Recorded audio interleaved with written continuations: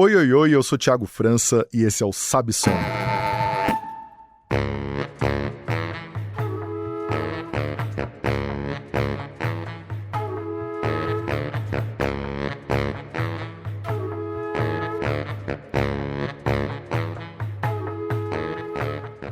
Sabe Som é um podcast, programa de rádio totalmente voltado a falar de música e outros assuntos que orbitam este tema, como política, cultura, arte, vida e muito mais. Disponível sempre às 10h30 da manhã no 98.9 FM da Brasil de Fato, ou também no seu aplicativo preferido de streaming. Você ainda consegue ouvir o nosso programa no site do brasildefato.com.br e também no canal de YouTube. Episódio número 74 e o papo hoje é com a cantora, compositora e multi-instrumentista Jadsa. Baiana, radicada em São Paulo desde 2018, ela lançou seu primeiro disco, Olho de Vidro, em 2021, no meio da pandemia, um disco que homenageia Itamar Assunção. E agora ela acabou de lançar Big Buraco, disco que é pura charla. Jadsa é multi-instrumentista, mas você vai querer prestar muita atenção nessa guitarra, além, obviamente, da habilidade que ela tem com as palavras, então confere aí o papo. Jadsa, muito bem-vinda, muito obrigado pela sua presença aqui no Sabe Som. Finalmente, tá vendo? É assim que eu dou meus jeitos de conversar com as pessoas que eu quero. Chamando pra vir pro podcast, bem-vinda. Pô, eu que tô felizona de estar aqui. Sempre quis falar com você um pouquinho mais, né? Que massa. Cara, eu não tinha escutado o Big Buraco e achei uma falha gravíssima não ter escutado, porque eu gostei demais do disco. O Olho de Vidro eu ouvi, e aí assim, depois a gente vai chegar no Big Buraco. Mas vamos começar pelo Olho de Vidro. Uma coisa que me interessa muito sempre, assim, é a coisa dos processos de criação, como que vai chegando nas coisas todas, assim. E eu tenho várias impressões sobre o disco, né? Ele foi lançado na pandemia, certo?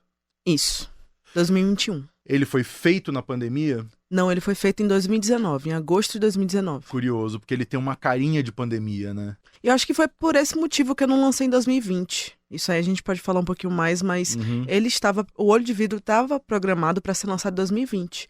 Só que com esse boom, né, tipo, generalizado, eu não queria que essa energia da pandemia moldasse, né, esse formato do disco ou o que eu tô falando ali dentro e tal.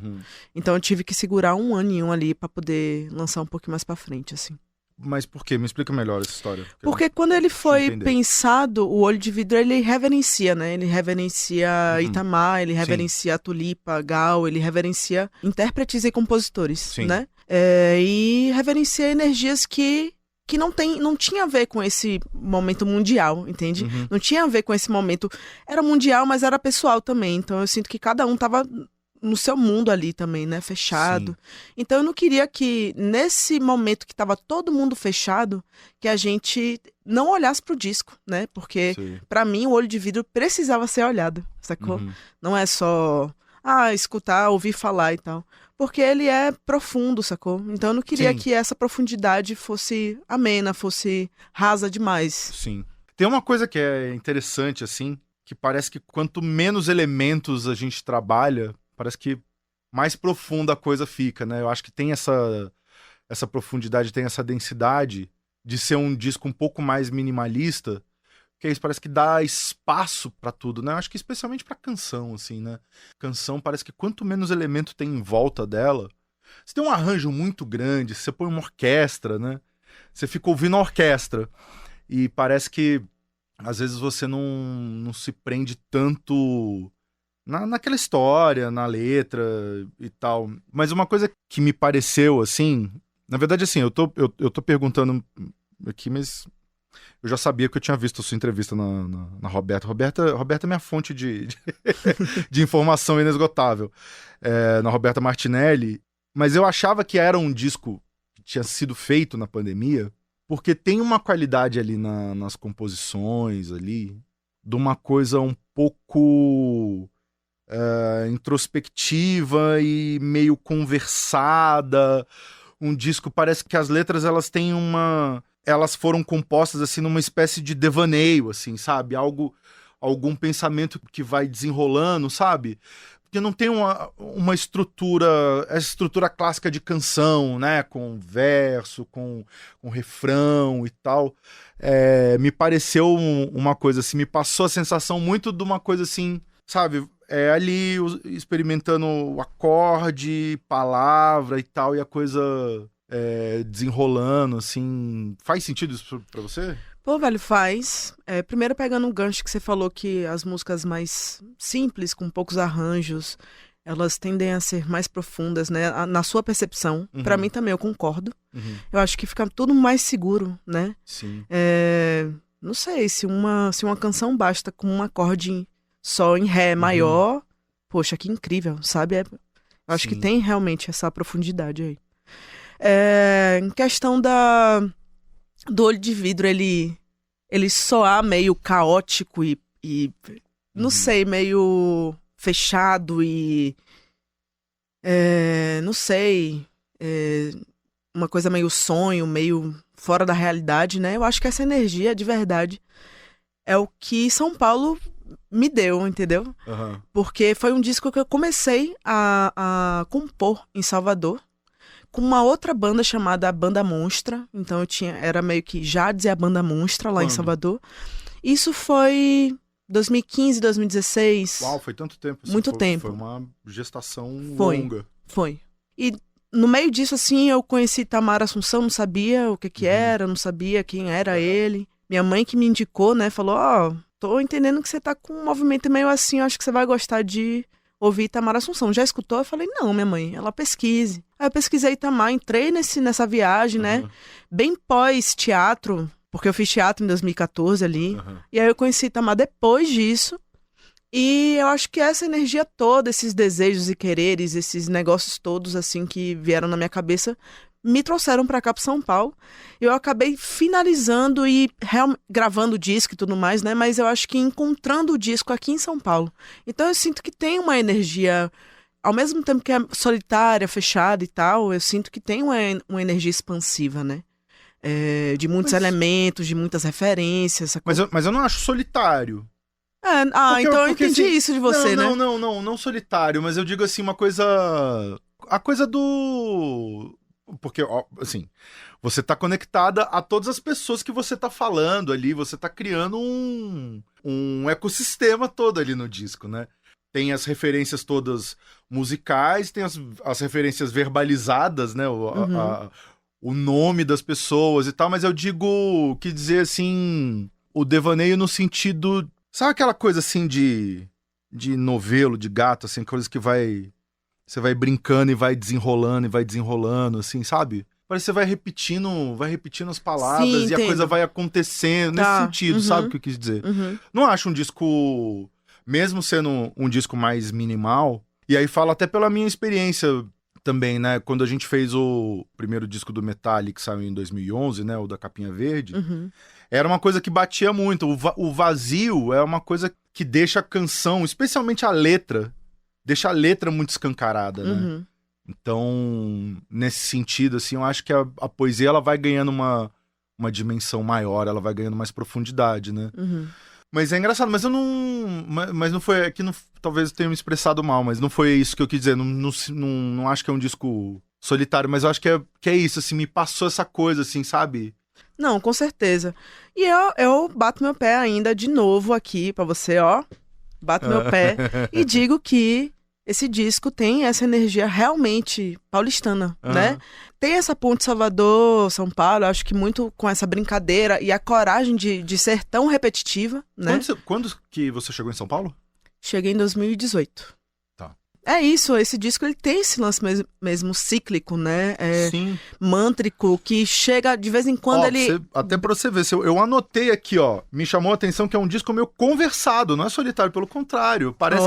Parece que tem, sabe? Que é um papo meio que vai rolando, assim, vai indo embora.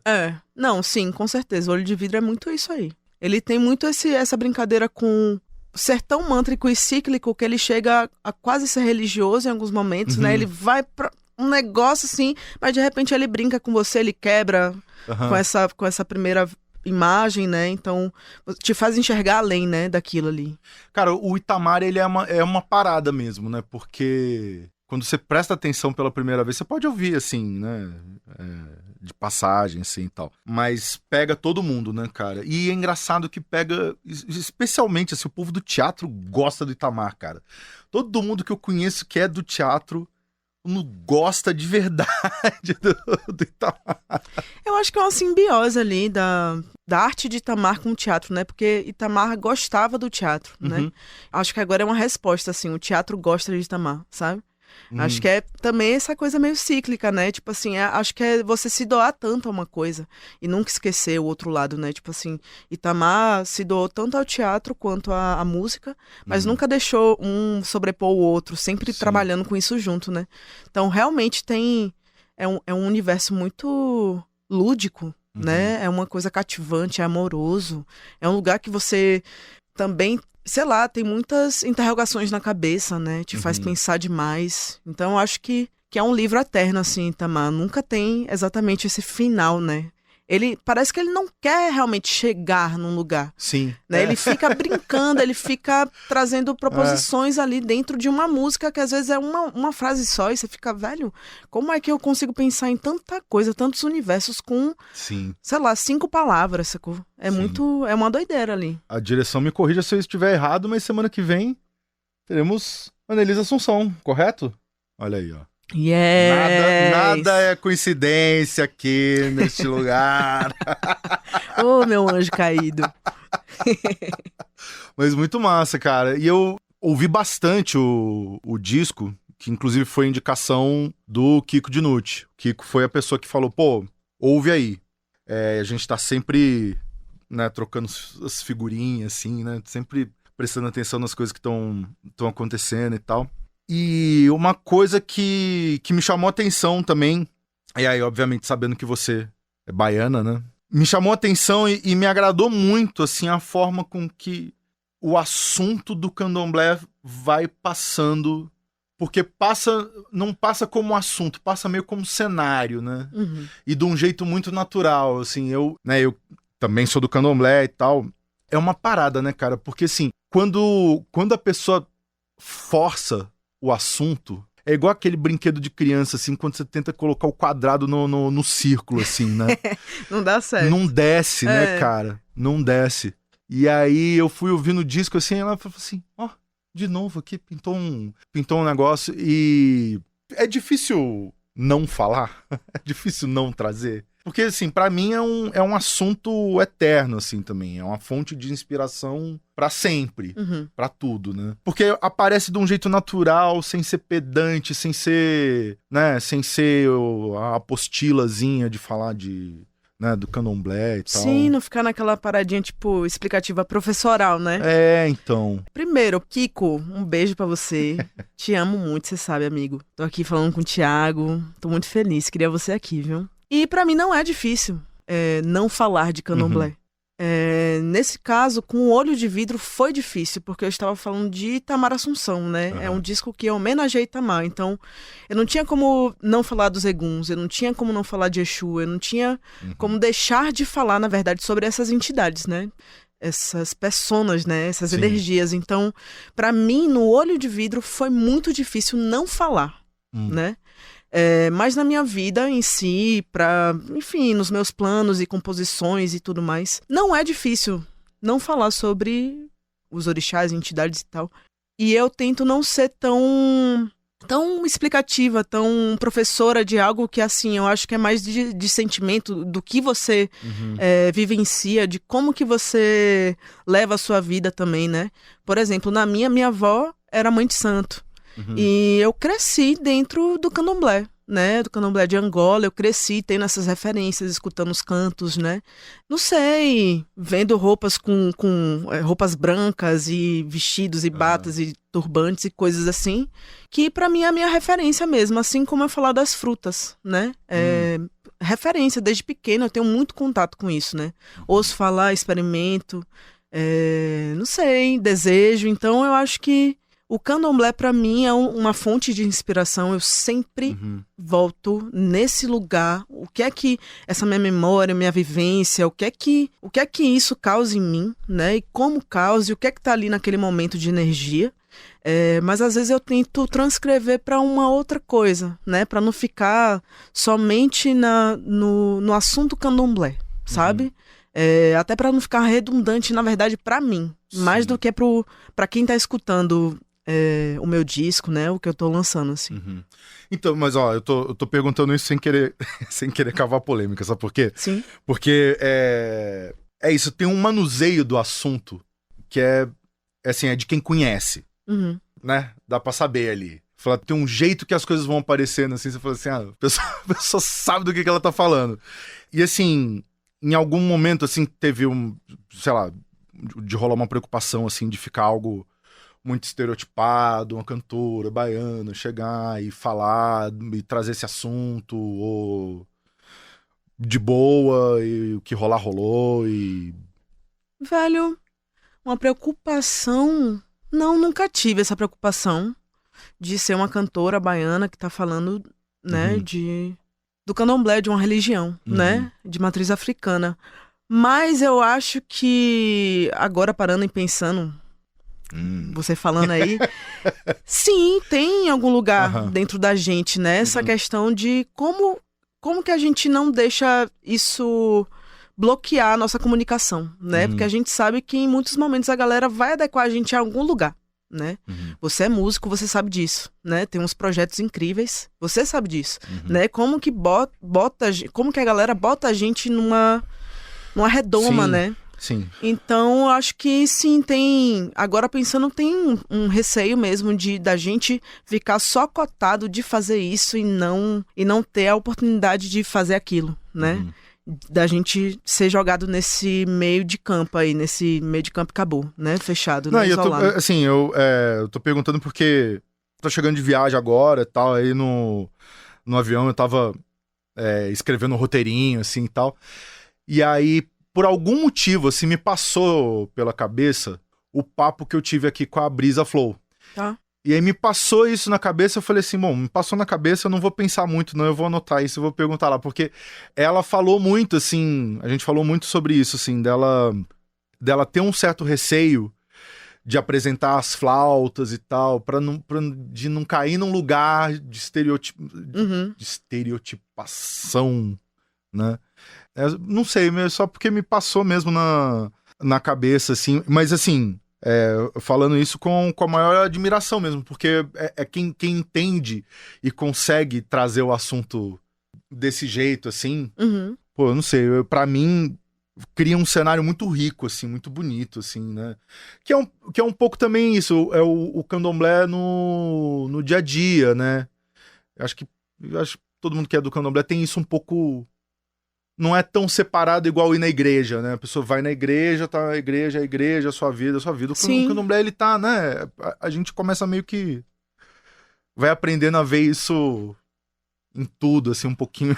Poxa, tá em cores, tudo, tá né? em comida, né? Tá em reações, tá em elementos da natureza, tá em frutas. É muito doido. Não tem como, né, desvincular assim, mas tem como você dar uma sambada ali, né? Porque aí fica 50% pra um lado, 50% pro outro, tá bom. E, óbvio, né? Eu percebi muito a influência do Itamar no disco, assim. Tem muita coisa que remete, né? Mas não sabia que era, assim, tão dedicado a ele. Me fala um pouquinho mais do Itamar, porque eu acho que as pessoas precisam ouvir mais e conhecer mais o Itamar. Bom demais. Sim, esse disco é em homenagem a Itamar Assunção, que eu sinto que, a partir do momento em que eu vi o rosto de Itamar, já teve uma identificação absoluta, né? E a primeira música que eu escutei de Itamar Assunção foi Parece que Bebe, que é uma música que ele tá bêbado, meio que ele tá bêbado nela e ele brinca com as vogais. E ele canta a letra inteira na vogal A, na vogal E, na I, na O. Só não canta no U, mas canta em todas essas, né? VC perece que nem sei, destetequeza que VTQT. Aí é meio assim, depois vocês procuram aí. Mas aí tem essa voz de Itamar bêbada falando sobre uma loucura na cabeça, e aí vozes femininas respondendo ele, sabe? E as vozes femininas, essas vozes, elas sempre respondem ele, não nessas vogais brincando, mas falando sério, assim. A primeira vez que eu escutei essa música, eu falei, que doideira que o cara consegue brincar com o tempo da música, com vogais, né? Ele canta do jeito que ele tá afim de cantar ali, a gente vai entendendo, porque ele já explicou a música. E outra coisa que ele, tipo assim, ele tem uma comunicação que é extra regra, né? Tem umas brincadeiras ali nesse diálogo dele, sabe? E pra mim, Itamar, a primeira vez que eu escutei essa faixa, eu falei, velho, eu preciso entender que eu tenho essa voz minha, mas eu tenho uma voz da minha consciência também, né? Eu acho que Itamar brincava muito com essa coisa dele e com o que não tá sendo dito, né? O que tá sendo dito e o que não é dito. E eu acho que é muito isso, assim, a partir do momento em que eu escutei Itamar, que eu vi o rosto e que eu entendi que a comunicação era ali, assim, tipo, metade falada, metade não falada, eu falei, eu preciso correr atrás do meu disco, e muito em cima dessa energia de Itamar, né? Daí cheguei aqui em São Paulo em 2018 e eu entendi que esse universo que eu conheci de Itamar era só uma ponta de todo o resto, né? De toda a vanguarda paulistana, né? De toda essa galera. Sim. E aí em 2018 ainda, eu conheci Arrigo Barnabé, que só tinha escutado numa música de Caetano Veloso que ele anuncia, né? Viva Arrigo Barnabé! Só que ao mesmo tempo eu entendi que a existência de Arrigo partia muito da existência de Itamar, né? E eu acho que é isso mesmo, assim, da identificação, da homenagem que eu precisava fazer para Itamar por ter me mostrado esse caminho e por ter me dado força para correr atrás do meu disco e por ter me dado uma assinatura ali do tipo, porra, tem isso aqui, tem esse modo de fazer, né? Me ensinou meu professor, assim. Pra mim, falar de Itamar é muito do meu sentimento, eu não tenho que ficar falando dele tecnicamente, coisas assim, né, surreais, mas eu acho que ele mexeu comigo no meu sentimento, na minha composição e na minha cabeça, assim, ele virou uma chave na minha cabeça que é isso, começar a enxergar de outro jeito, começar a fazer de outra forma, e estar incomodado para fazer, né, como que você se prontifica para fazer uma determinada coisa, uma determinada arte, uma determinada música, né? Eu acho que Itamar me passou muito isso, assim, essa visão. Eu acho que é muito sentimento, não tem como eu, sei lá, explorar a vida de Itamar aqui e falar dessas referências, né? Um parênteses importante que esse podcast, programa de rádio, todo papo gera uma playlist, e aí todo mundo que a gente vai falando aqui, todas as músicas estão numa playlist. Então vocês vão se deleitar, vai ter bastante Itamar nessa playlist. Depois a gente solta aí pra vocês. Cara, e o instrumento? Vamos falar um pouquinho disso. Como que é isso? Onde ele tá? Ele é um carro-chefe? Ele te auxilia a compor? Ele chega antes? Ele chega depois? Massa, instrumento, né? Tudo parte um pouco pra mim ali de 2018 mesmo. Até 2018 eu tocava violão. Tipo assim, toquei guitarra com 13 anos, toquei em bandas lá em Salvador, tipo assim, bandas cover. E maravilha, mas quando eu comecei a compor real, assim, eu parti pro violão. Porque o violão me dava uns graves que a guitarra não conseguia me entregar, né? Legal. Não conseguia... A guitarra não conseguia me dar esse universo para poder explorar, né? E o violão ali, naquele momento, naqueles anos ali, eu consegui entender que ele vinha com essa importância. E aí, 2018, novamente, cheguei para Jussara, minha mãe, e falei, minha mãe, eu preciso chegar em São Paulo com um negócio na mão, uma arma na mão, entendeu? Tipo assim, violão pra mim, pô, incrível, mas eu preciso chegar com um negócio que eu plug seja mais alto do que qualquer outra coisa no mundo, entendeu? Uhum. E aí a gente foi correr atrás dessa guitarra. E na época eu lembro, eu queria uma Mustang, aí eu toquei a Mustang assim na loja de instrumento, eu falei, vixe, som ruim. De verdade, assim, pra mim, o que eu queria é que não tinha os agudos, não tinha grave, não tinha projeção no instrumento. Instrumento lindo. Aí o cara falou, o que você quer fazer com isso? Eu falei, não, eu quero arrebentar, eu quero chegar, plugar e o som vai sair, eu quero uma guitarra guerreira. Aí ele falou, então, tem um extrato aí e tá na caixa, nunca tocada. Eu falei, se for roxa eu levo. Aí ele, eu vou pegar lá em cima, eu vou trazer. E quando ele desceu, foi uma guitarra branca e vermelha. Uhum. E é doido, porque minha mãe é filha de Ansan, né? E quando ele abriu a parada, eu falei, que doideira. Minha mãe olhou pra minha cara, assim, toda felizona. Eu falei, pô, eu acho que é isso aí. Aí ele plugou, quando eu toquei a primeira vez na guitarra, nunca antes tocada, sacou? O som saiu muito forte, assim. Aí eu falei, eu vou chamar ela de Oiá. E esse instrumento me deu uma surpresa gigantesca, assim, porque parece que foi feita exatamente pra mim, né? É uma guitarra genérica, mas ela, quando eu pego nessa guitarra, ela me dá um conforto, né? Uma segurança muito grande, assim. Uhum. Então, muitas coisas partem dessas ideias de guitarra, dessa conexão com o instrumento, né? Como eu disse, o Olho de Vidro ele começou a ser composto lá em Salvador. Então, a faixa Olho de Vidro foi uma das músicas que surgiu lá em Salvador. Uhum.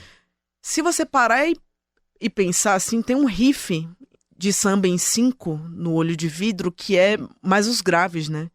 Vem tum dum dum dum dem bum dum dem dum dem, que é resquício dessa composição de violão. E aí, tudo que eu fui fazendo na guitarra, ela tem mais um médio agudo. Uhum. E aí eu consegui finalizar o Olho de Vidro aqui em São Paulo, a música Olho de Vidro, com uns agudos mesmo, né? Tipo, que a guitarra me trouxe, né? Eu não tive essa vivência antes, lá em Salvador com ela. Então, pra mim, a guitarra, ela me traz outras possibilidades, né? Mas na maioria das vezes eu penso em compor através de baixos e riffs mais graves, ou vem um verso antes e eu encaixo um pouco mais nesse lugar de um riff médio grave. Mas a guitarra, ela me dá essa composição maior, né? Essa base da coisa. Não sei, eu acho que ela vem pra conversar comigo, né? Tipo assim, eu não começo a compor pensando na guitarra, né? Normalmente eu componho ou a letra em si ou a melodia já na minha cabeça, né? Que eu transcrevo para aquele instrumento, né? Mas para mim é uma firmeza, o instrumento para mim, a minha guitarra é um lugar de conexão, de segurança, né? Uhum. Cara, mas isso é muito bacana, né? Eu acho que quem não toca, assim, não tem muita noção do que é isso, assim, né? Quando você pega um instrumento, assim, o instrumento parece que... encaixa. Parece que ele repousa, assim, na sua mão e ele... Eu lembro quando era... há muito tempo atrás, quando eu tava ali naquele momento ali de comprar o saxofone, eu falei, não, agora eu preciso de um saxofone mesmo, valendo, aquele profissional e tal. Tinha lá tinham 2 Selmers lá. O Mark VI, que é o modelo que todo mundo usa, que é, assim, o santo grau do negócio. E o Mark VII, que é um modelo... depois desse, que todo mundo fala que é um saxofone mais duro, mais difícil de tocar e tal. E, cara, todo mundo que eu falava assim, tinha lá um Mark VI lá, eu acabei pegando o Mark VII, e todo mundo falou, você é louco, cara, você pegou o outro. Eu falei, cara, na hora que eu segurei o outro, eu falei, pô, é esse aqui. É esse aqui. Cara, é mó viagem, né? Esse negócio assim, você pegar o instrumento assim, você... É meio foda falar isso, assim, mas é meio mágico mesmo, assim, Sim, né? é demais. É meio... É pegada Avatar, né? Quando a galera tá lá em cima, assim, atrás do... É total Avatar, bicho. Você conecta seu cabelo, assim, sua mão com o braço da... Ixi, é bom demais. Chega a pupila, faz de lá pra... Nossa, total, cara, total. É muito bom. E, cara, é isso, né? O Itamar, você não é a primeira pessoa que eu conheço que o Itamar influencia também nessa coisa na hora de buscar a composição e riff. E é uma coisa doida porque é uma coisa que extrapola o arranjo, né? Não é só um arranjo, não é uma música que você pega ali com o seu violão ali e vai fazendo assim, né? Faz aquele sol de praia, aquele dó de praia, assim. Sim. Né? Extrapola isso, né? É uma coisa que parece que a gente aprende a compor assim, né? Com uma coisa mais, com uma estrutura junto, né? Que não é só a melodia e a letra, né? Muito ritmo, né? E a quebra dessa ideia do que é um 4x4, né? Tipo, se precisa mesmo ser isso, sabe? E eu sinto que, na verdade, esse time, que eu sei que é o seu também, de pessoas que se inspiram em Itamar, estão precisando de mais jogadores, né? Tipo, mais pessoas que... Como é que eu posso falar? Que declarem esse amor, né? E essa inspiração através da obra de Itamar, né?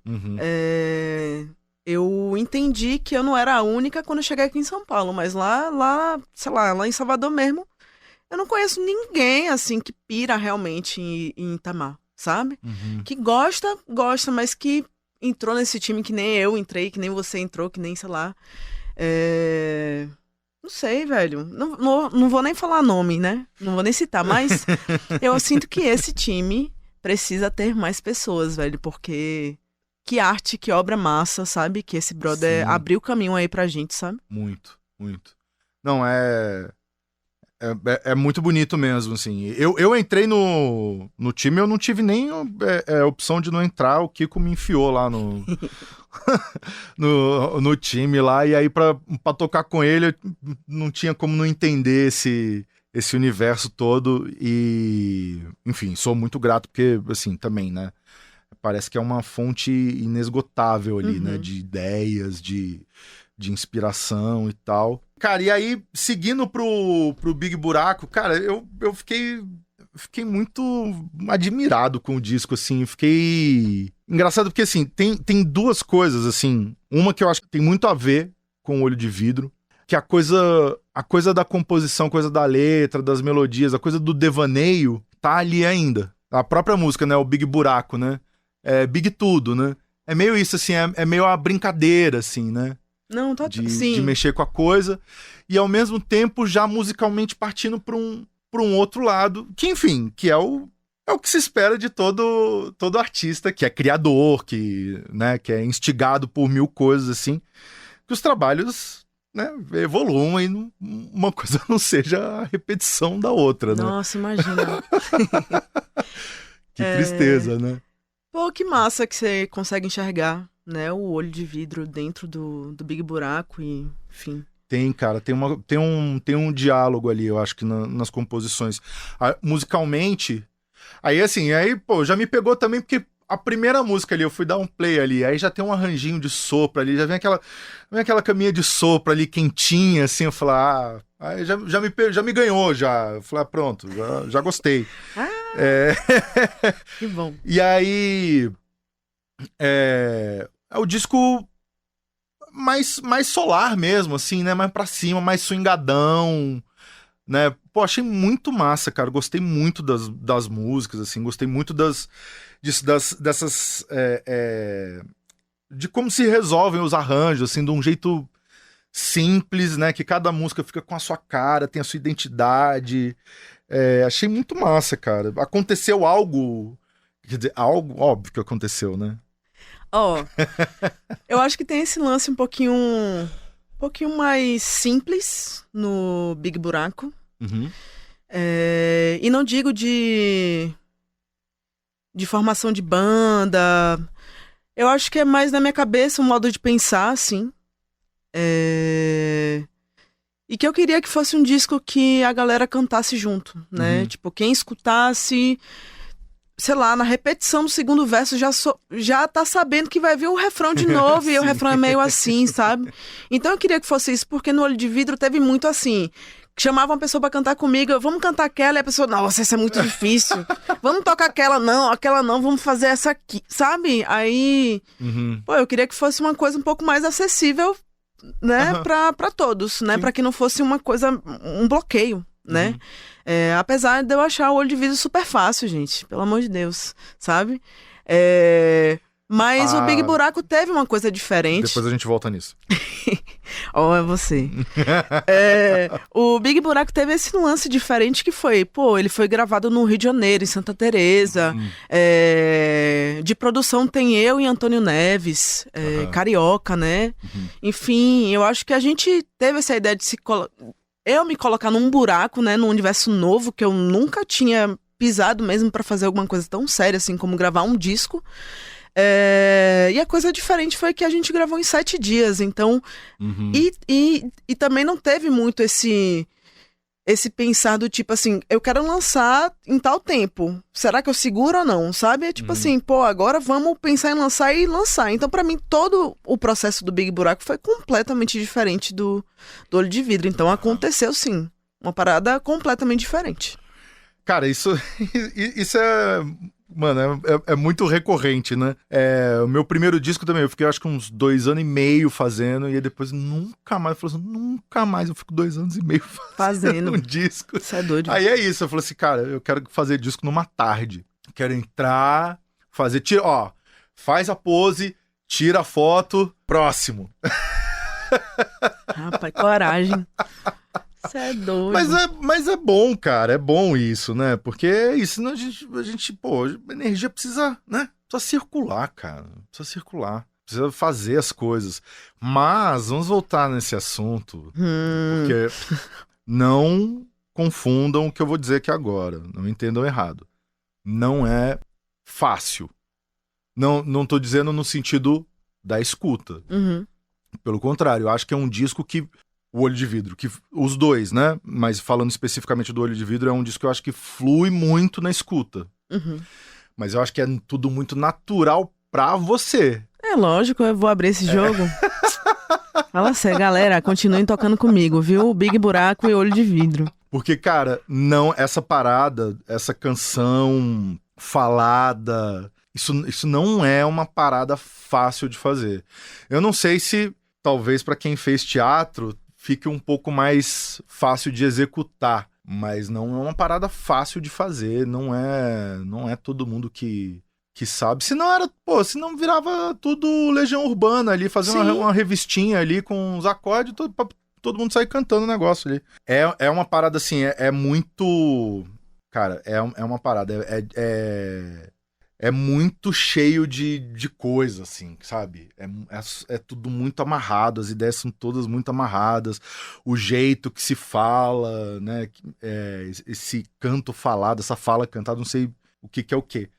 Mas eu imagino que não deve ser um disco, quer dizer, músicas fáceis de virar pra outra pessoa for cantar, vai mudar completamente a cara da canção. Sim, total. Eu tava ali falando que era fácil justamente por não ter esse bloqueio de início, né? Mas assim, eu sinto que tem essa diferença do Big pro Olho, né?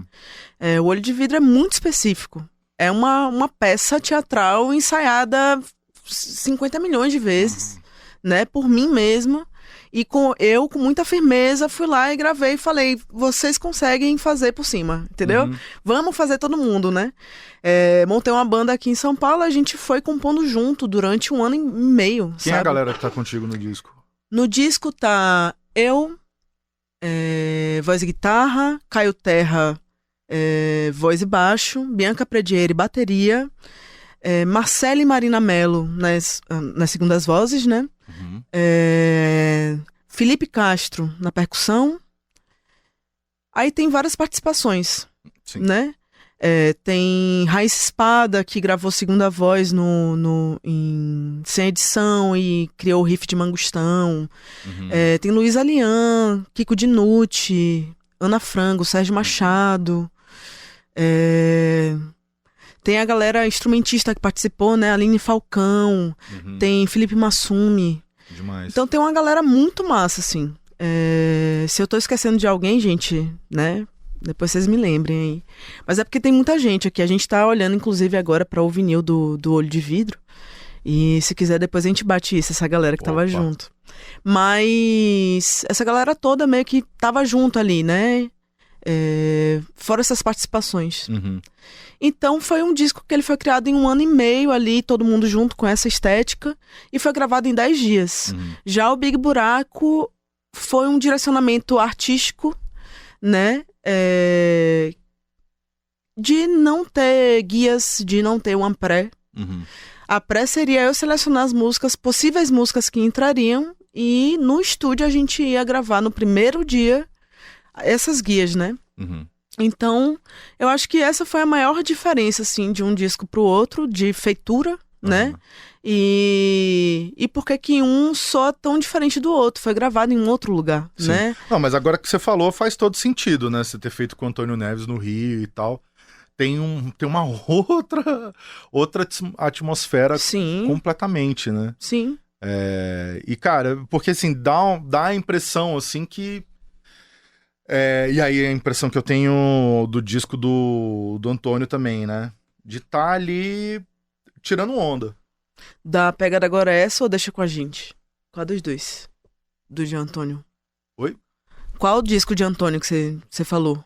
Do Antônio Neves? Pô, eu esqueci o nome. Qual? O A Pegada Agora é essa é o preto e branco? Isso. Tá, boa. Isso. A gente se conheceu nessa época, né? Quando eu lancei o Olho de Vidro, com a capa em preto e branco, ele lançou a dele. O disco dele, né? E aí foi aí o nosso primeiro contato. Foi, sua capa é igual a minha. Você é maluco que nem eu, sabe? Mas um negócio meio assim, uma identificação ali, né? E muita gente que escutou as guias, as bounce do Big Buraco, dias depois de ser gravado, a galera falou, velho, eu não tava imaginando que fosse tão coerente, assim, um disco tão pop, sacou? Tão nesse lugar, assim, meio tão acessível. A gente pensou que ia estourar um negócio, entendeu? Vocês iam se trombar e ia rolar uma explosão, assim, de loucuras. E aí, é doido, porque rolou uma explosão de loucuras, porque fazer desse jeito pra gente é sair do comum, do nosso normal, assim, né? Eu acho que foi uma nova experiência, assim, também, né? Tipo, a gente realmente se jogou num buraco pra fazer esse Big Buraco, sacou? E é muito massa, assim, porque os arranjos foram feitos por todos os músicos. Teve um tempo de pós-produção gigantesco, assim, com comigo e com o João Meirelles, né? Teve também um período gigantesco de mixagem com Funai. A master com Tchau foi muito rápida. Então foi um disco, não sei, ele foi maturado, entende? Ele teve o tempo de maturação, né? Teve um aninho aí pra ser entendido, né? Que massa. Ele não foi pensado antes, mas depois que ele foi registrado, ele começou a ser elaborado ali dentro das possibilidades, né? Fico feliz que você tenha curtido o Big Buraco. Eu acho que é um disco muito pra gente mesmo, né? Pra gente escutar, pra gente sorrir, pra gente... não sei, pra gente sentir, assim, né? Eu acho que ter liberdade de cantar mesmo um refrão... É bom também, cara. Importante, né? Bom. Parar de quebrar um pouquinho a cabeça, ser um pouquinho mais... E uma coisa que eu acho legal, justamente, são as coisas coexistirem, né? Sim.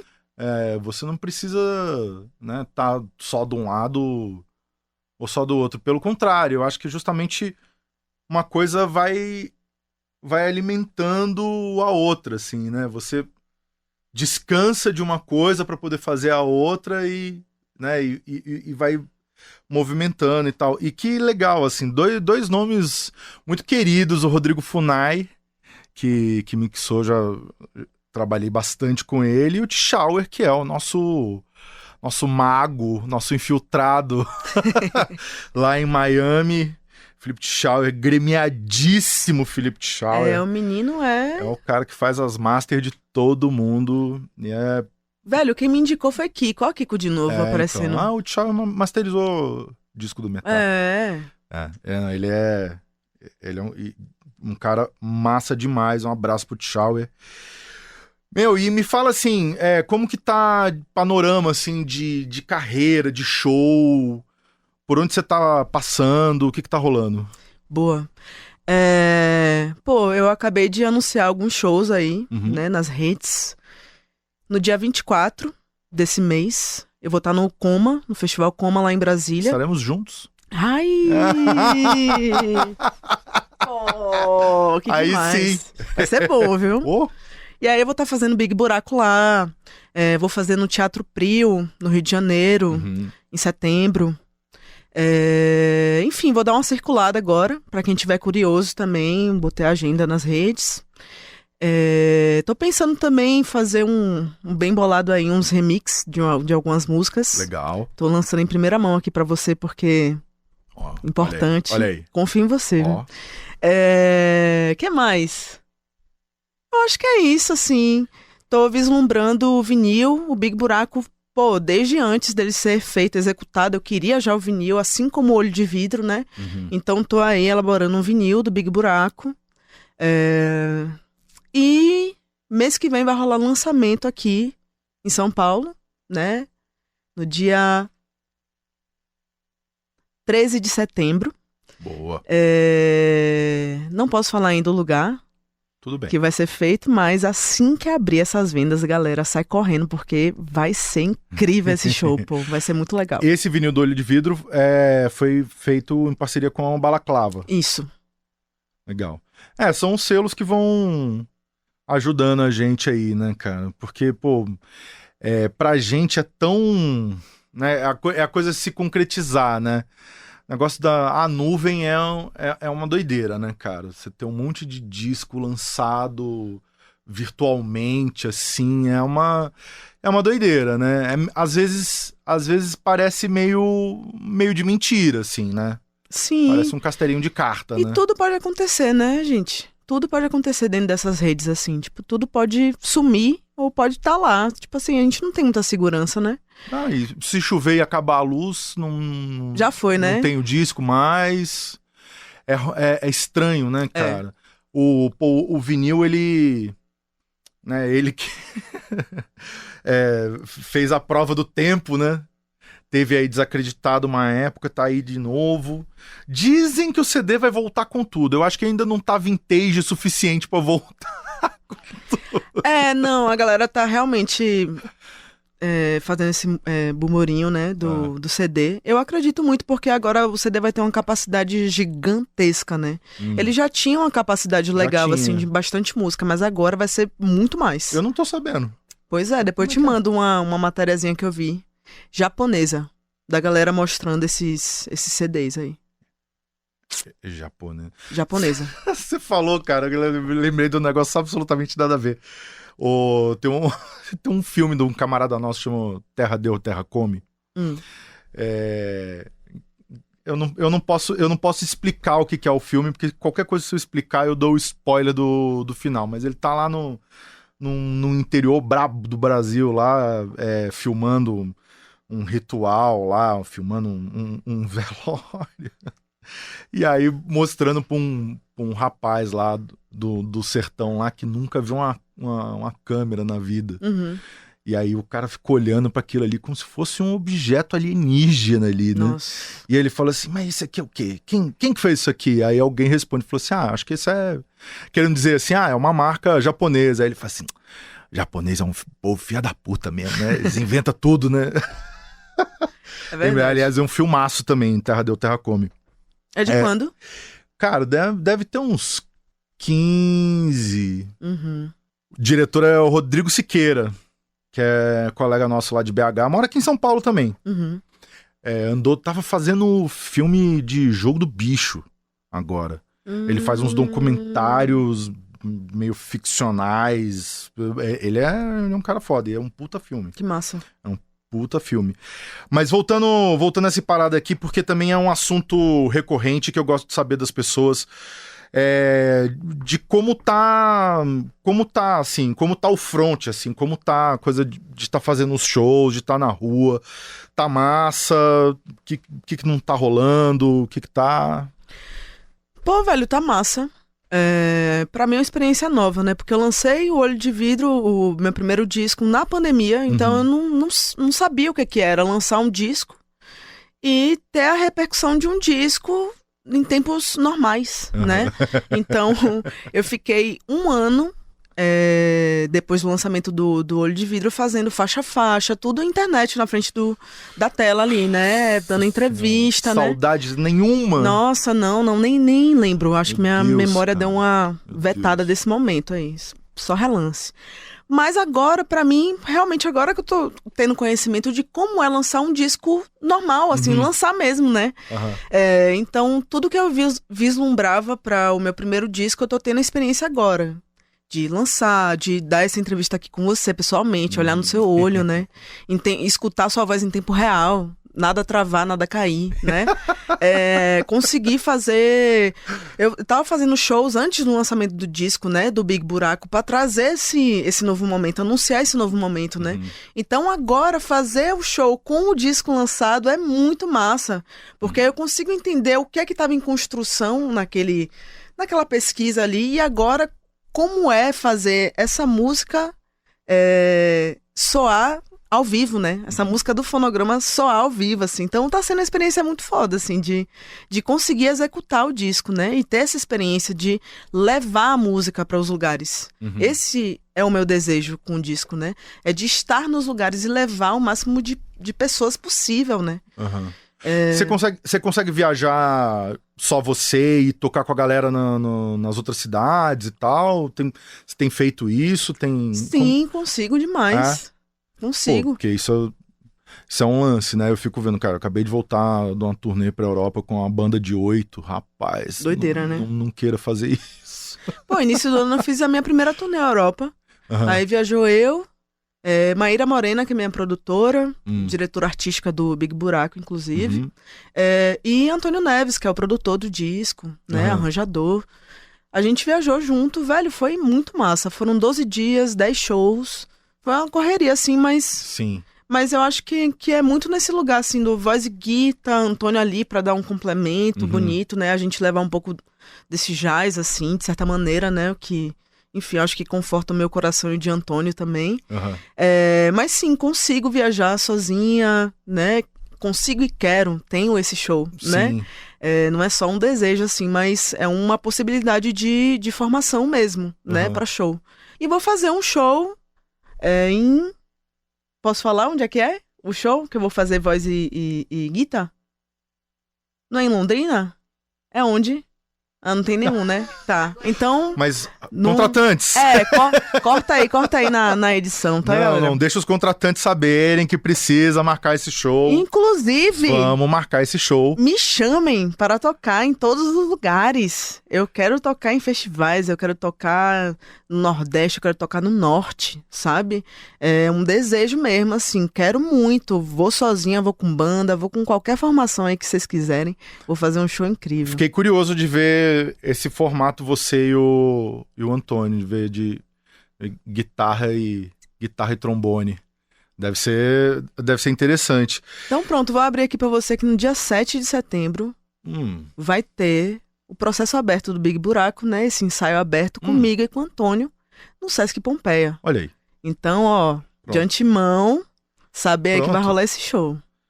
Olha aí, que maravilha. 7 de setembro. Eu preciso olhar na minha agenda o que vai estar acontecendo. Se eu vou estar trabalhando, se eu vou estar sendo pai esse dia. Mas quem sabe. Cara, isso eu fiquei feliz que que a gente vai tocar junto no Comar, porque só no festival a gente consegue ver show um no outro, né? Todo mundo pô, vem aqui no meu show, que vem no meu show, cara, tô todo mundo trabalhando. É difícil, né, velho? O músico não vê nada, cara, você não vê um show, você não vê ninguém, é uma tristeza, cara. Mas esse dia eu vou te ver, você vai me ver. Mas óbvio. Tomara que não seja, tipo assim... Não, eles não são loucos de fazer isso. Ai... Quando chega lá, tipo assim, não consegui. Não, vai dar certo, vai ser legal. E novidades, planos, desejos? Desejo mais? Gravar um outro disco já. Sempre, né? Sempre. As pessoas não conseguem entender isso, né? Quando o disco sai, geralmente você não aguenta mais o disco, né? Sim. Porque, assim, você já viveu aquilo ali por alguns anos. Dificilmente, numa mixagem de disco, você não treta com alguém. É real. Isso é real. Abaixa essa porra, não, tem que aumentar não sei o que. Então, cara, não é um negócio... Não é uma coisa matemática, né? Uhum. Que é assim, ó, isso aqui tem que ser desse jeito. Não, você pode escolher, é uma tela em branco que você pode fazer o que você quiser. É muita possibilidade demais.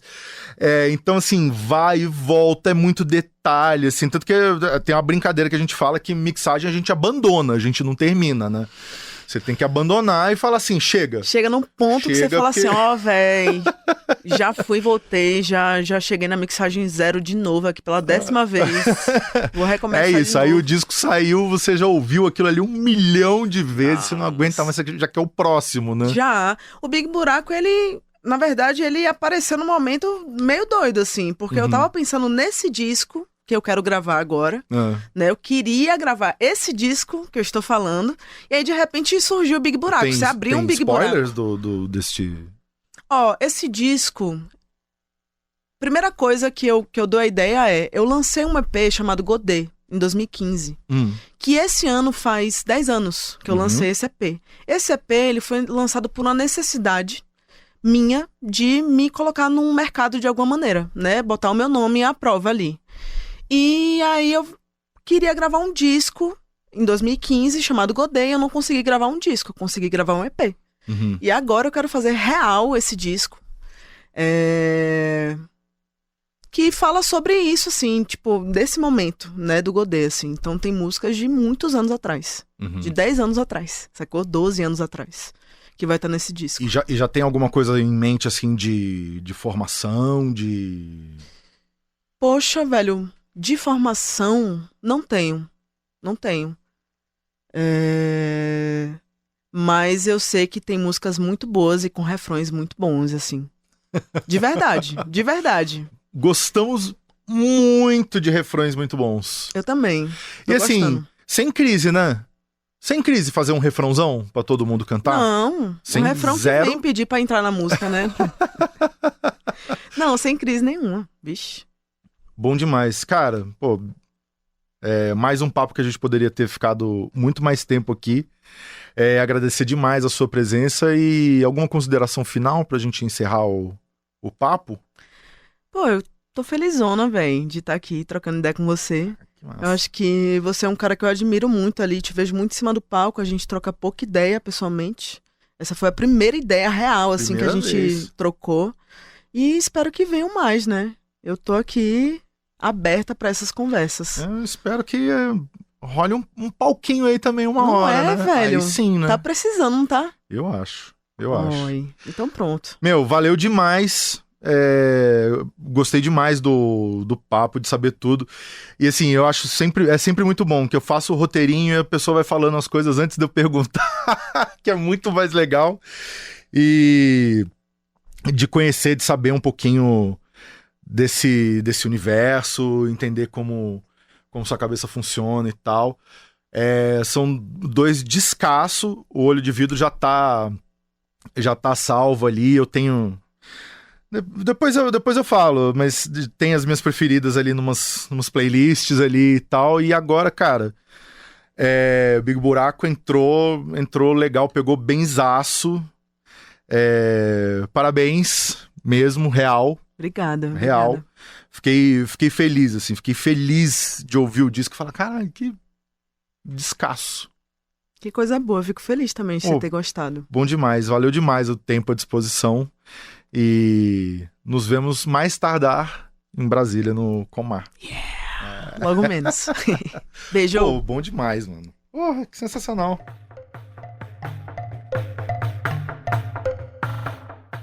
É isso aí, encerrando o episódio número 74 com a cantora, compositora, multi-instrumentista Jadsa. Lembrando que todos os papos, esse como todos os outros episódios, geram uma playlist com as músicas, os artistas que são citados aqui, para você conhecer, para você relembrar. Muita coisa boa rolou nesse papo. O link para a playlist você encontra na descrição do podcast no seu player preferido. Sabe Som, que tem roteiro, trilha sonora e apresentação minha, Thiago França. A direção é da Camila Salmásio, a produção da Letícia Holanda, captação de imagem da Marina Ortega e os trabalhos técnicos de sonorização da Lua Gattinoni e do Adilson Oliveira. A identidade visual é do Rafael Canoba. Aqui no Brasil de Fato, a coordenação de redes sociais fica com a Rafaela Cury, coordenação de rádio e TV da Muniz e Ravena e a direção executiva da Nina Fidelis. É isso aí, valeu e bons sons.